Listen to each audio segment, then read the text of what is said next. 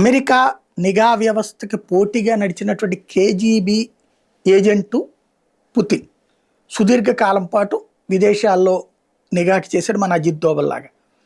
ఆ తరువాత ఎప్పుడైతే యుఎస్ఎస్ఆర్ అమెరికా ఎత్తుగడల మధ్యన అమెరికా తాలిబాన్లను ముందు పెట్టి సుదీర్ఘ యుద్ధం రష్యా వర్సెస్ తాలిబాన్లు జరిగింది.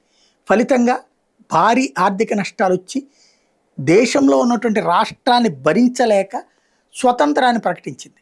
యుఎస్ఏ అంటే United States of America, USSR అంటే United States of Soviet Russia కాస్త ఉట్టి రష్యాగా మిగిలిపోయి అందులో ఉన్న దేశాలన్నీ అందులో ఉన్న రాష్ట్రాలన్నీ దేశాలుగా మారిపోయినాయి. అట్లాంటివే ఇప్పుడు పోలాండ్ అయినా లేకపోతే కనుక ఉక్రెయిన్ అయినా ఇట్లాంటివన్నీ కూడా వాటన్నిటినీ నాటోలో చేర్చేసి ఆ నాటోని నడిపిస్తోంది ఇవాళ అమెరికా. అంటే అంత పెద్ద వ్యూహం.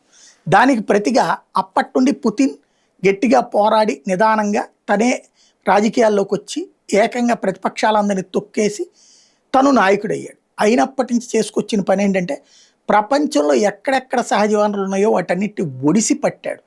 రష్యాలో ఉన్న సహజ వనరులు, అంటార్కిటికా ఖండంలో ఉన్న సహజ వనరులు, ఇవి రాబోయే 100-200 సంవత్సరాలకు సరిపడినటువంటి సంపద రష్యాకి సమకూర్చిపెట్టే లేదా అట్లాంటి ఒక రిజర్వ్గా నిధులుగా ఉన్నాయి.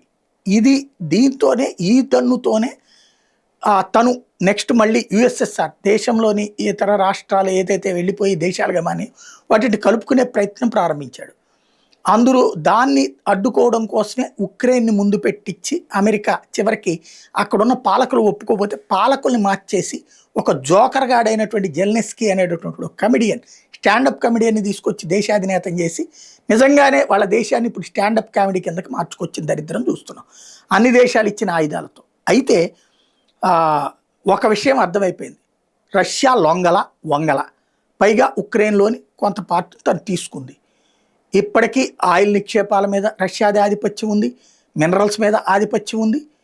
అమెరికా సైతం రష్యాతో సంప్రదింపులు జరపక తప్పని పరిస్థితి. రష్యా ఇప్పటికి కూడా ప్రపంచంలో అమెరికా కంటే ఎక్కువ అణ్వాయుధాలు కలిగినటువంటి దేశం. అందుకనే అమెరికా డైరెక్ట్ యుద్ధంలోకి దిగట్లేదు, యూరప్ దేశాలను కూడా డైరెక్ట్ యుద్ధంలోకి దిగనివ్వట్లేదు, నాటో దేశాలను కూడా దిగనివ్వట్లేదు. ఎందుకంటే మా కడుపు మండి రష్యా తన దగ్గర ఉన్నటువంటి 1600 అణుబాంబులు యూరప్ మొత్తం వెదజల్లిందంటే యూరప్ మొత్తం బూడిదైపోతుంది.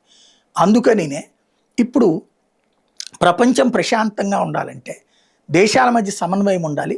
రష్యాతో కూడా యూరప్ సంప్రదింపులు జరపాల్సిన సందర్భం వచ్చింది. ఎందుకంటే ఈ యుద్ధం దగ్గర నుంచి ఆయిల్ సమస్య, ఓ పక్కన ఇరాన్తో యుద్ధం, రష్యాతో యుద్ధంతో ఆయిల్ సంక్షోభం కారణంగా ఆర్థిక సంక్షోభాలు ప్రపంచంలోని అన్ని దేశాలు ఫేస్ చేస్తాయి.